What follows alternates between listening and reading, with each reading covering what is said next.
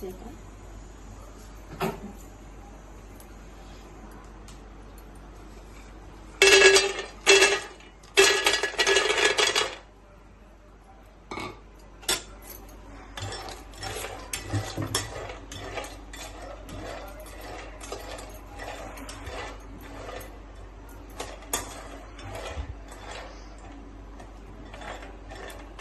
నేను చిన్నప్పుడు పాయసంలోకి వేసుకోవాలంటేనే ఒక 5 రూపాయలు తీసుకున్నట్టు అమ్మ 5 రూపాయలు అనేటోళ్ళు.